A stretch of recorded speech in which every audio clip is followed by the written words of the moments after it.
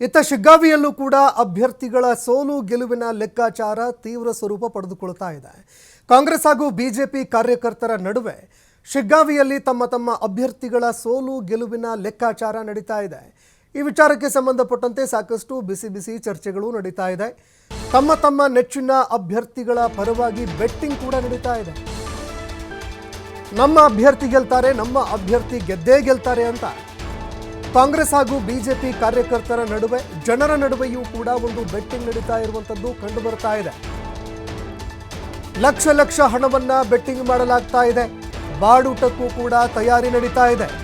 ಇನ್ನು ಬೆಲೆ ಬಾಳುವಂತಹ ವಸ್ತುಗಳನ್ನು ಕೂಡ ಪಣಕ್ಕೆ ಇಡಲಾಗ್ತಾ ಇದೆ. ನಮ್ಮ ಅಭ್ಯರ್ಥಿಗಳು ಗೆಲ್ತಾರೆ ಅಂತ ತಮ್ಮ ಅಭ್ಯರ್ಥಿಗಳ ಪರವಾಗಿ ಲಕ್ಷ ಹಣ ಬೆಟ್ಟಿಂಗು, ಬಾಡೂಟಕ್ಕೆ ತಯಾರಿ, ಬೆಲೆ ಬಾಳುವಂತಹ ವಸ್ತುಗಳನ್ನು ಕೂಡ ಪಣಕ್ಕೆ ಇಡಲಾಗ್ತಾ ಇದೆ. ಇನ್ನು ಮಾಜಿ ಸಿಎಂ ಬಸವರಾಜ ಬೊಮ್ಮಾಯಿ ಅವರ ಪುತ್ರ ಭರತ್ ಬೊಮ್ಮಾಯಿ ಅವರು ಸ್ಪರ್ಧೆ ಮಾಡ್ತಾ ಇರುವ ಹಿನ್ನೆಲೆ ಈ ಕ್ಷೇತ್ರದಲ್ಲಿ ತೀವ್ರವಾಗಿ ಕುತೂಹಲ ಕೂಡ ನಡೀತಾ ಇದೆ. ಯಾರು ಗೆಲ್ತಾರೆ ಎನ್ನುವಂತಹ ಪ್ರಶ್ನೆ ಕೂಡ ಎದುರಾಗ್ತಾ ಇದೆ. ಇನ್ನು ಮತ್ತೊಂದೆಡೆಯಲ್ಲಿ ಕಾಂಗ್ರೆಸ್ನಿಂದ ಯಾಸೀರ್ ಖಾನ್ ಪಠಾಣ್ ಅವರನ್ನ ಕಣಕ್ಕೆ ಇಳಿಸಲಾಗಿತ್ತು. ಯಾಸೀರ್ ಖಾನ್ ಪಠಾಣ್ ಅವರಿಗೆ ಕಾಂಗ್ರೆಸ್ ಟಿಕೆಟ್ ಕೊಟ್ಟಿತ್ತು. ಬಸವರಾಜ ಬೊಮ್ಮಾಯಿ ಅವರನ್ನ ಮಣಿಸೋದಕ್ಕೆ ಅಂತ ಸತೀಶ್ ಜಾರಕಿಹೊಳಿ ಮತ್ತು ಅವರ ಟೀಮ್ ಪಣ ತೊಟ್ಟಿತ್ತು. ಇನ್ನು ಸತೀಶ್ ಜಾರಕಿಹೊಳಿ ಹಾಗೂ ಅವರ ಟೀಮ್ ಒಂದು ರೀತಿಯಾಗಿ ಗೇಮ್ ಚೇಂಜರ್ ಕೂಡ ಆಗತ್ತೆ. ಬಸವರಾಜ ಬೊಮ್ಮಾಯಿ ಅವರ ಪುತ್ರ ಹಾಗೂ ಅವರನ್ನ ಮಣಿಸೋದಕ್ಕೆ ಅಂತ ಸತೀಶ್ ಜಾರಕಿಹೊಳಿ ಅವರ ಟೀಮ್ ಕೆಲಸ ಮಾಡಿತ್ತು. ಚುನಾವಣೆ ಫಲಿತಾಂಶಕ್ಕೆ ಇನ್ನೂ 8 ದಿನಗಳು ಮಾತ್ರ ಬಾಕಿ ಇದೆ. ಈ ಫಲಿತಾಂಶ ಹೊರಬೀಳೋದಕ್ಕೆ ಇನ್ನೂ 8 ದಿನಗಳು ಮಾತ್ರ ಬಾಕಿ. ಈ ನಡುವೆ ಸೋಲು ಗೆಲುವಿನ ಲೆಕ್ಕಾಚಾರ ತೀವ್ರವಾಗಿ ನಡೀತಾ ಇದೆ. ಬೆಟ್ಟಿಂಗ್ ಭರಾಟೆ ಕೂಡ ಜೋರಾಗಿ ನಡೀತಾ ಇದೆ. ಲಕ್ಷ ಹಣವನ್ನ ಬೆಟ್ಟಿಂಗ್ ಕಟ್ತಾ ಇದ್ದಾರೆ. ಮತ್ತೊಂದೆಡೆ ಬಾಡೂಟಕ್ಕೆ ತಯಾರಿ ಕೂಡ ನಡೀತಾ ಇದೆ. ಬೆಲೆ ಬಾಳುವಂತಹ ವಸ್ತುಗಳನ್ನ ಕೂಡ ಪಣಕ್ಕೆ ಇಟ್ಟು ತಮ್ಮ ಅಭ್ಯರ್ಥಿಗಳ ಗೆಲುವಿನ ವಿಚಾರಕ್ಕೆ ಸಂಬಂಧಪಟ್ಟಂತೆ ಬೆಟ್ಟಿಂಗ್ ಭರಾಟೆ ತೀವ್ರವಾಗಿ ನಡೀತಾ ಇದೆ. ಹೀಗಾಗಿ ಯಾರು ಗೆಲ್ತಾರೆ, ಯಾರು ಸೋಲ್ತಾರೆ ಅನ್ನುವಂತಹ ಪ್ರಶ್ನೆಗಳು ಕೂಡ ತೀವ್ರವಾಗಿ ಗರಿಗೆದರಿದ್ದಾವೆ. ಕುತೂಹಲ ಕೂಡ ಮೂಡಿಸ್ತಾ ಇದೆ. ಇನ್ನು ಬಸವರಾಜ ಬೊಮ್ಮಾಯಿಯವರ ಪುತ್ರನ ರಾಜಕೀಯ ಭವಿಷ್ಯ ಏನಾಗುತ್ತೆ ಅನ್ನುವಂತಹ ಒಂದು ಪ್ರಶ್ನೆ ಕೂಡ ಜನರಲ್ಲಿ ತೀವ್ರವಾಗಿ ಕಾಡ್ತಾ ಇದೆ. ಇನ್ನು ಮತ್ತೊಂದೆಡೆ ಕಾಂಗ್ರೆಸ್ನ ಅಭ್ಯರ್ಥಿ ಗೆಲ್ತಾರಾ ಅಥವಾ ಸೋಲ್ತಾರಾ ಅನ್ನುವಂತಹ ಪ್ರಶ್ನೆ ಕೂಡ ಎದುರಾಗ್ತಾ ಇರುವಂಥದ್ದು.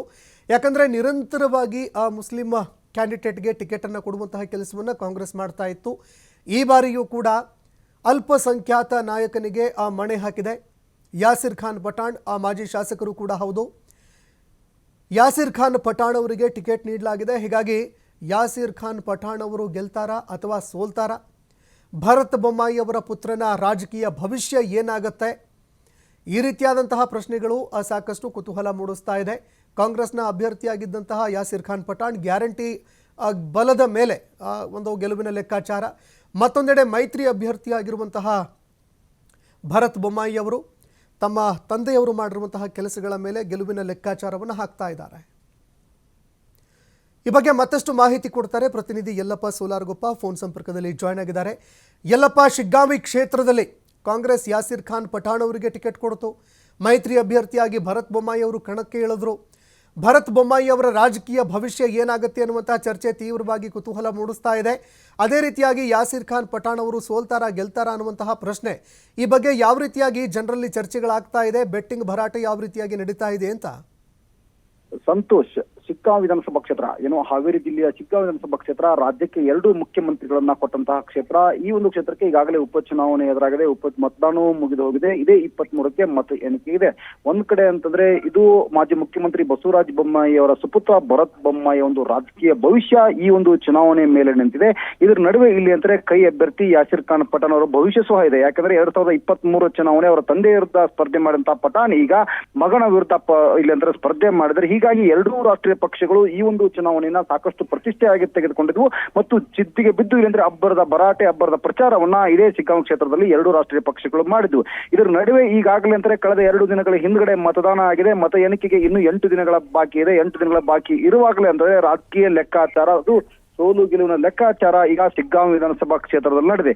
ಇದ್ರ ಜೊತೆಗೆ ಇವತ್ತು ಶಿಗ್ಗಾಂವ್ ವಿಧಾನಸಭಾ ಕ್ಷೇತ್ರದಲ್ಲಿ ದೊಡ್ಡದಂತ ನಡೆದಿರೋದು ಏನು ಅಂತಂದ್ರೆ ಬೆಟ್ಟಿಂಗ್ ಭರಾಟೆ. ಅಂದ್ರೆ ಬೆಟ್ಟಿಂಗ್ ಭರಾಟೆ ಇಲ್ಲಿ ಅಂತಂದ್ರೆ ಕೈ ಅಭ್ಯರ್ಥಿ ಪರ ಮತ್ತು ಇಲ್ಲಿ ಅಂತಂದ್ರೆ ಬಿಜೆಪಿ ಅಭ್ಯರ್ಥಿಯ ಪರ ಇಲ್ಲಿ ಅಂತಂದ್ರೆ ಬೆಟ್ಟಿಂಗಿಗೆ ಯುವಕರು ಅನ್ನೋದಷ್ಟೇ ಇಲ್ಲ ಸಹಿತ ಇವತ್ತು ಏನು ಹಳ್ಳಿಯಲ್ಲಿ ಕಟ್ಟೆಯಲ್ಲಿ ಕುಂತು ಮತ್ತು ಶಿಗ್ಗಾಂವ್, ಸವಣೂರು, ಬಂಕಾಪುರದ ಪಟ್ಟಣ ಬರುವಂತಹ ಕೆಲವೊಂದಿಷ್ಟು ಏನು ಕಟ್ಟೆಗಳಂತೇವೆ ಅಲ್ಲಿ ಕುಂತು ಇವತ್ತು ಬೆಟ್ಟಿಂಗ್ ಗಳ ಭರಾಟೆ ಇಲ್ಲಿ ಅಂದ್ರೆ ಜೋರಾಗಿದೆ.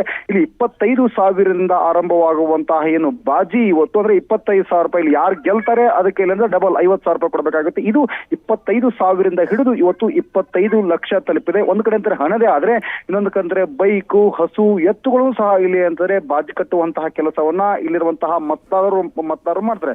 ಒಂದೇ ಒಂದು ಕಾರಣ ಏನಂದ್ರೆ ಬಸವರಾಜ ಬೊಮ್ಮಾಯಿ ಅವರು ಗೆಲ್ತಾರೆ ಅಂತೇಳಿ ಕೆಲವೊಂದಿಷ್ಟು ಜನ ಬೆಟ್ಟಿಂಗ್ ಮಾಡಿದ್ರೆ ಇಲ್ಲ ಈ ಬಾರಿ ಯಾಸಿರ್ ಖಾನ್ ಪಠಾಣ್ ಅವರು ಗೆಲ್ತಾರೆ, ಕಾಂಗ್ರೆಸ್ ಸರ್ಕಾರ ಇದ್ರೆ ಇಲ್ಲಿ ಅಂದ್ರೆ ಕ್ಷೇತ್ರ ಅಭಿವೃದ್ಧಿ ಆಗುತ್ತೆ, ಕ್ಷೇತ್ರ ಜನ ಈ ಬಾರಿ ಅಂತಂದ್ರೆ ಯಾಸಿರ್ ಖಾನ್ ಪಠಾಣ್ಗೆ ಆಶೀರ್ವಾದ ಮಾಡಿದ್ರೆ ಪಠಾಣ್ ಅವರು ಗೆಲ್ತಾರೆ ಅಂತೇಳಿ ಕೆಲವೊಂದಿಷ್ಟು ಜನ ಇವತ್ತು ಬೆಟ್ಟಿಂಗ್ ಮಾಡ್ತಾರೆ.